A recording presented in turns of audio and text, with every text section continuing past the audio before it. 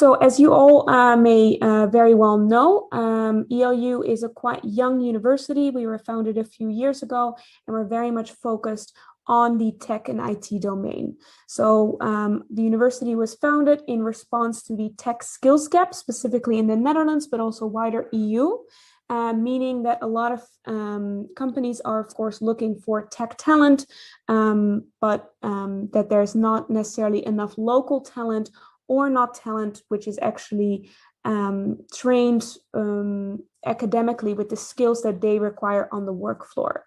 So we see a higher need for tech professionals, new tech roles as well, but perhaps a mismatch in terms of these skills or the knowledge that you'll be learning at a more traditional university versus the skills that employers are really looking for as you get started with your job.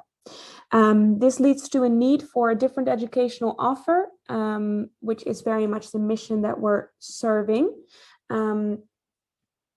As you'll see here, we are really focused on developing job-ready tech talent. So this means that when you graduate, you should have the skills, both the technical skills, but also leadership or business skills that you need as a tech professional, but also have received maybe some mentoring and coaching for your career development. As you've seen perhaps in the programs already, but what you'll be seeing later on in the curriculum is that we're not only focused on your technical skills. Surely that's very much the focus in the first and in the second year to, of course, get you the hard skills, whether it's as a software engineer or developer or AI scientist, but also business skills. So how do you actually communicate your product, for example, to a sales team or to a stakeholder in the company or outside the company. And then finally, of course, graduating with a university.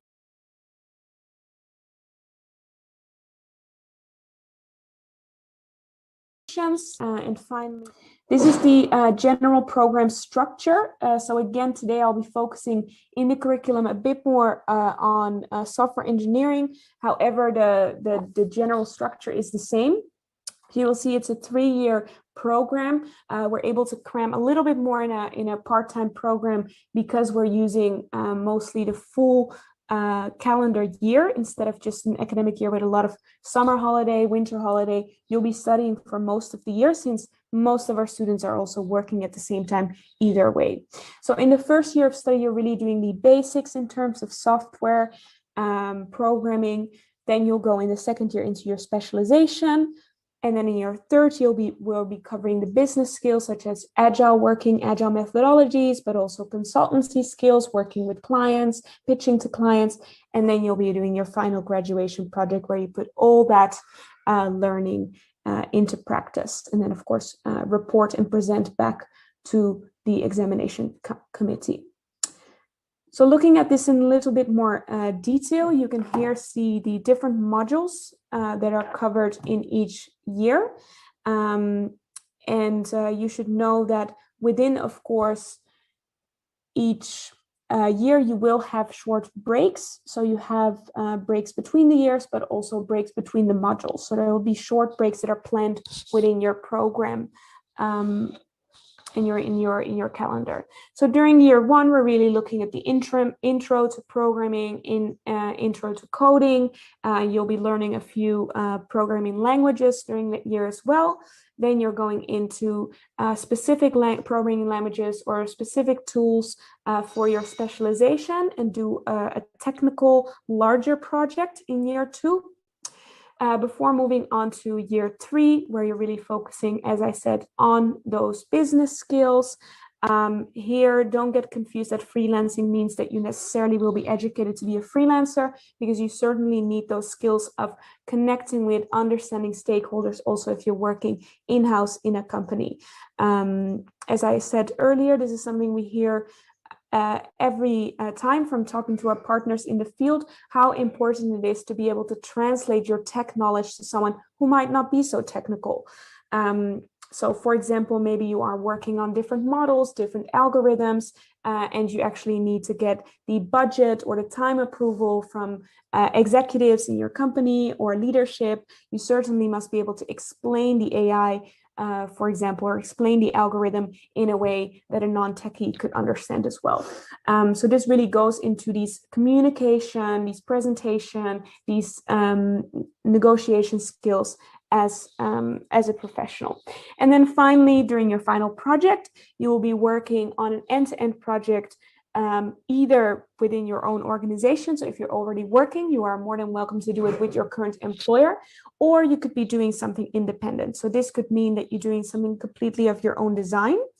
If there's something like a passion project that you really want to work on, in that case, of course, you are going to be working with a mentor throughout your graduation project, and you will have to have it approved by the mentor in terms of complexity, etc.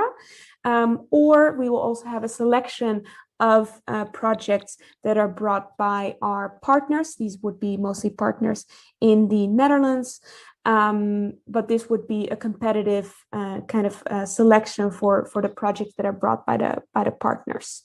So I'm afraid that would not be something that is always possible for every student in the program. So you have quite some flexibility in terms of what that final project will look like. And then, of course, afterwards, you'll have to write a detailed report and also present it in front of an examination committee.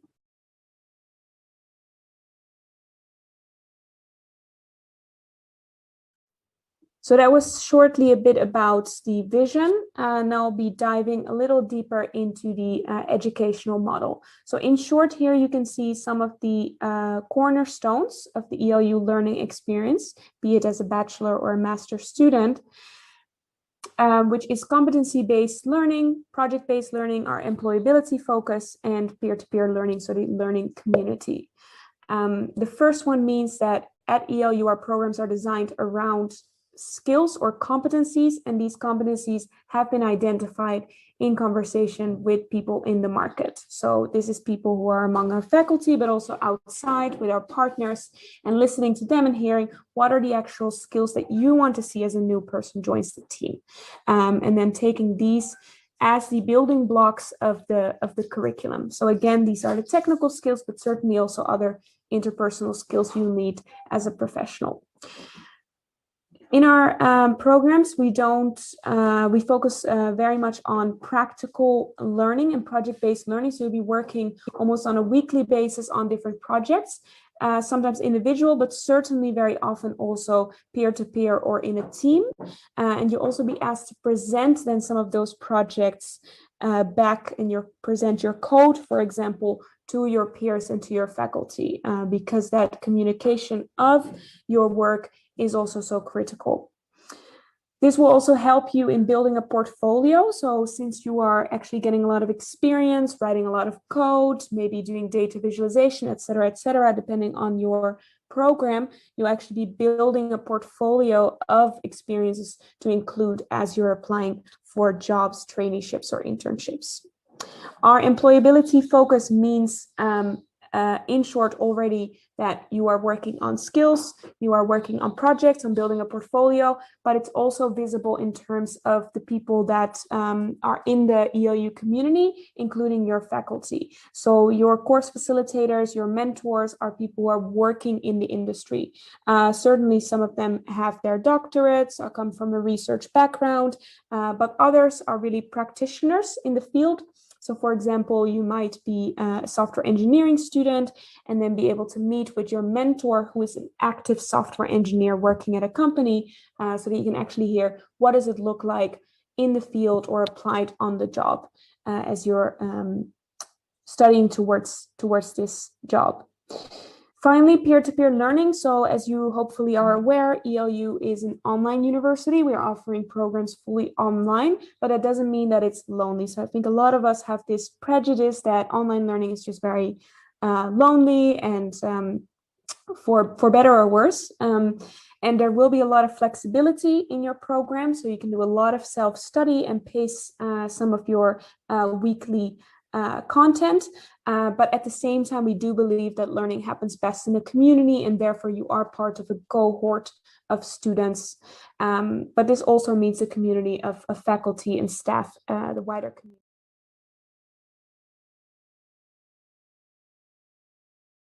but here's what it actually would typically look like pretty much on a weekly basis.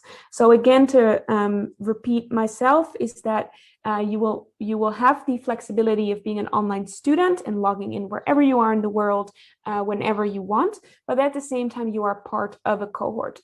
This also means that you are part of a certain chronology and a sequence of learning. So you will have to stick to deadlines, you will have to stick to a schedule of also live sessions and workshops to keep up with that cohort.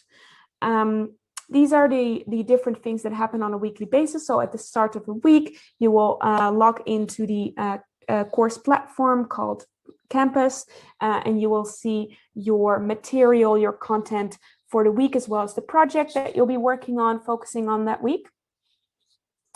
Then you will be looking into the project and probably getting started with that. And on usually a weekday evening, you'll have a workshop with your course facilitator, and you'll be meeting with different course facilitators, of course, during your studies based on the module and the topic that they specialize in.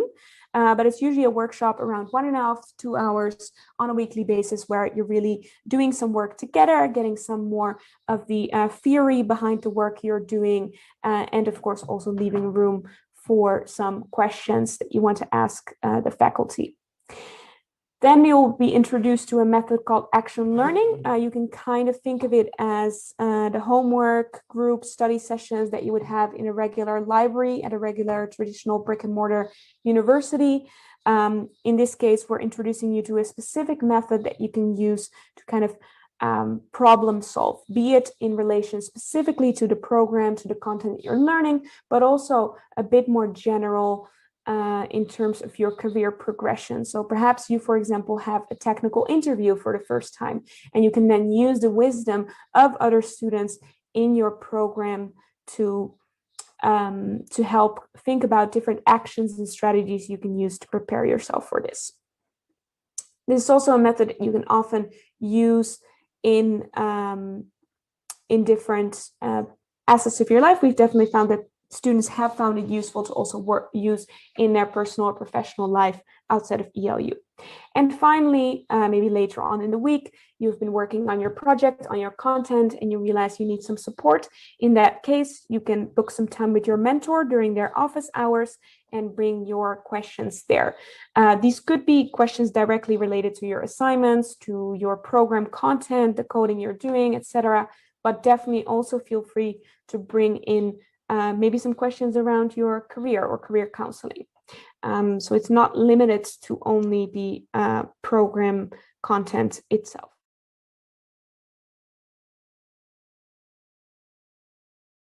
In terms of admission, since this is a bachelor level program, there are not extremely strict requirements, other than, of course, you need to hold an internationally recognized valid high school diploma. We do find that actually most of the students that come to ELU have already more education or work experience than that, which is preferred but not required.